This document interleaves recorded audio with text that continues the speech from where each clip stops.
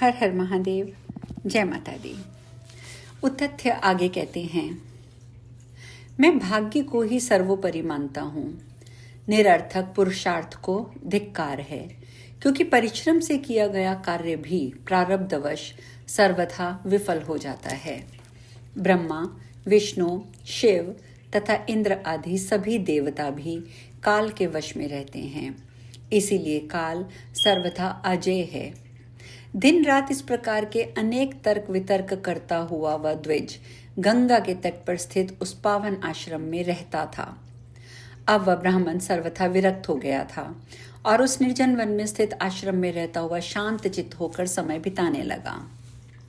इस प्रकार निर्मल जल वाले उस वन में रहते हुए उस ब्राह्मण के 14 वर्ष बीत गए, पर उसने ना कोई जप किया, ना आराधना की, ना कोई मंत्र ही वह जान सका। केवल उसने वन में रहकर कालक्षेप ही किया। वहाँ के लोग केवल उसके इस प्रसिद्ध व्रत को जानते थे कि वह मुनि सदा सत्य बोलता है। अतः सब लोगों में उसका ये सुयश फैल गया कि वह सदा सत्यव्रती है, मिथ्याभाषी नहीं है। एक दिन आखेट करता हुआ एक महान मूर्ख निषाद हाथों में धनुष बाण लिए हुए उसी गहन वन में आ पहुंचा। यमराज के समान शरीर तथा भीषण आकृति वाला वह निषाद आखेट करते समय वध कार्य में बड़ा ही कुशल जान पड़ता था। उस धनुर्धारी किरात ने एक सुअर को लक्ष्य करके बड़े जोर से खींचकर बाण चलाया। तब बाण से बिंधा हुआ वह सुअर भयभीत होकर भागता हुआ उस मुनि के आश्रम में जा पहुंचा। जब वह सुअर आश्रम परिधि में पहुंचा तो भय से कांप रहा था। उसका शरीर रक्त से लथपथ था। उस बेचारे को इस दशा में देखकर उस समय सत्यव्रत मुनि अत्यंत दयार्द चित्त हो गए। रक्त से सारोबार शरीर वाले उस आहत सुअर को अपने आगे से जाते हुए देखकर दया के अतिरेक वे कांपते हुए मुनि ने बिंदु रहित सारस्वत मंत्र, बीज मंत्र ए का उच्चारण किया। उन्हें इसके पूर्व ना तो इस मंत्र का ज्ञान था, ना उन्होंने कभी इसे सुना ही था। दैव योग से ही उनके मुख से यह बिंदु रहित मंत्र निकल पड़ा। अब भी उन विमूढ़ को नहीं मालूम था कि ये सारस्वत बीज मंत्र है। वे महात्मा सत्यव्रत मुनि तो उस घायल सुअर के शोक में डूबे हुए थे। इसी बीच बाण की पीड़ा के कारण अत्यंत संतप्त चित्त तथा कांपते हुए शरीर वाला वह सुअर कोई दूसरा मार्ग न पाकर सत्यव्रत के आश्रम मंडल में प्रविष्ट होकर कहीं झाड़ियों में छिप गया।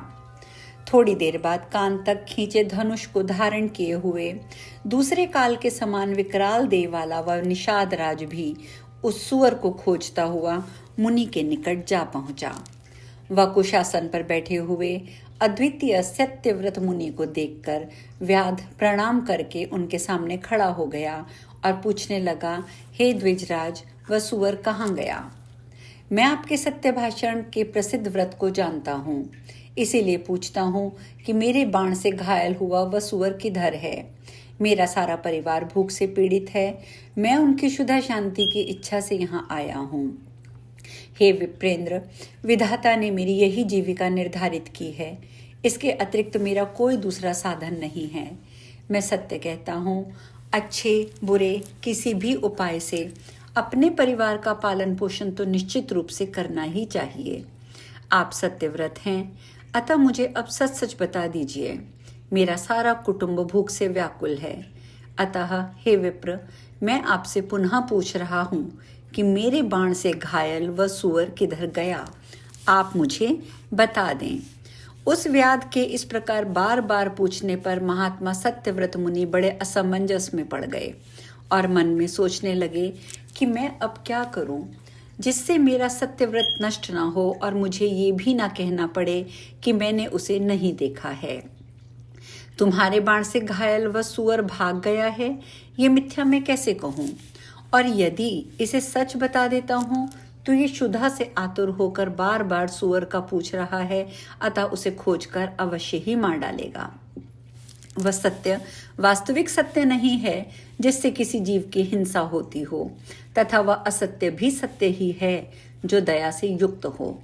जिसके द्वारा प्राणियों का कल्याण हो वही सत्य है, जो इसके विपरीत है वह असत्य है।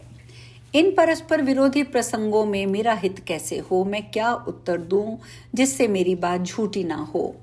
लोमश मुनि आगे बताते हैं, हे ब्राह्मण, ऐसा विचार करते हुए सत्यव्रत मुनि धर्म संकट में पड़ गए और व्याध को यथोचित उत्तर न दे सके। बाण से आहत सुअर को देखकर मुनि सत्यव्रत के द्वारा जो करुणा युक्त ए शब्द का उच्चारण हो गया था, उस अपने बीज मंत्र से प्रसन्न होकर भगवती शिवा ने उन्हें दुर्लभ विद्या दे दी। देवी के बीज मंत्र का उच्चारण करते ही मुनि सत्यव्रत के हृदय में समस्त विद्याएं प्रस्फुट हो गईं और वे उसी प्रकार कवि हो गए जिस प्रकार पूर्व काल में महर्षि वाल्मीकि। तत्पश्चात सत्यकाम, धर्मात्मा तथा दयालु ब्राह्मण सत्यव्रत ने अपने सामने खड़े उस धनुर्धारी व्याध से एक श्लोक इस प्रकार कहा, जो आंख देखती है वह बोलती नहीं है, जो वाणी बोलती है वह देखती नहीं है, अतः अपने ही प्रयोजन की सिद्धि में तत्पर हे व्याध, तुम बार बार क्यों पूछ रहे हो। उस मुनि के ऐसा कहने पर पशुओं का वध करने वाला वह व्याध उस सुअर से निराश होकर अपने घर लौट गया। इस प्रकार वे सत्यव्रत ब्राह्मण दूसरे वाल्मीकि के समान कवि हो गए और समस्त लोकों में प्रख्यात हो गए। तत्पश्चात उन सत्यव्रत ब्राह्मण ने सारस्वत बीज मंत्र का विधि पूर्वक जप किया और वे पृथ्वी तल पर पंडित के रूप में अत्यधिक विख्यात हो गए। वह ब्राह्मण लोग प्रत्येक पर्व पर उनका यशोगान करने लगे और मुनिगण उनके विस्तृत आख्यान की निरंतर प्रशंसा करने लगे। उनका महान यश सुनकर उनके परिवार के वे ही लोग जिन्होंने पहले उन्हें त्याग दिया था, उनके आश्रम में आकर विशेष आदर सम्मान के साथ उन्हें घर ले गए। अतः हे राजन, उन आदि शक्ति तथा जगत की कारण स्वरूपा परा देवी की सदा भक्ति पूर्वक सेवा और पूजा करनी चाहिए।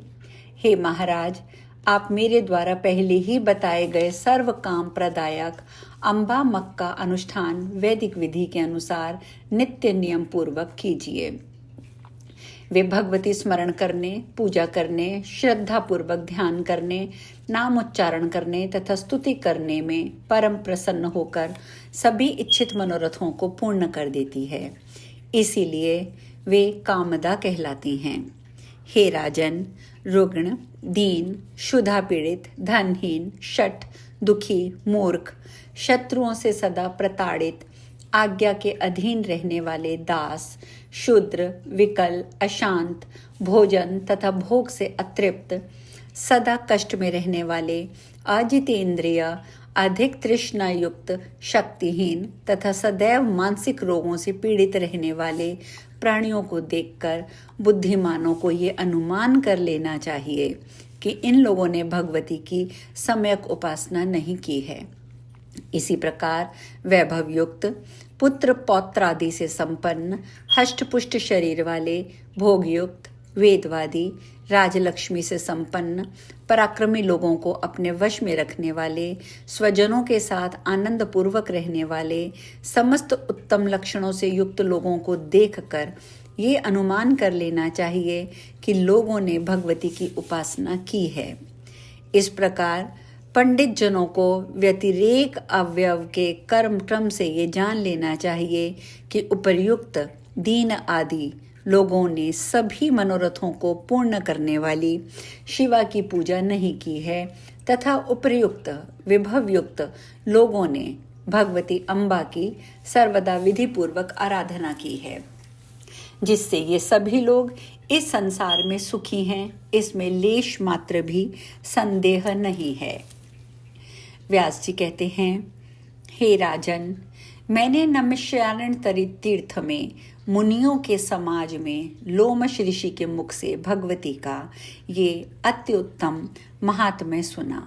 हे राजेंद्र, हे पुरुष श्रेष्ठ, इस पर सम्यक विचार करके परम भक्ति के साथ प्रेम पूर्वक भगवती की सदा अर्चना करनी चाहिए।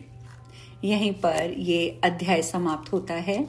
कल हम तृतीय स्कंध का 12वां अध्याय आरंभ करेंगे, जिसमें हम बात करेंगे सात्विक, राजस और तामस यज्ञों का वर्णन और मानस यज्ञ की महिमा और व्यास जी द्वारा जन्मेजय जी को देवी यज्ञ के लिए प्रेरित करना।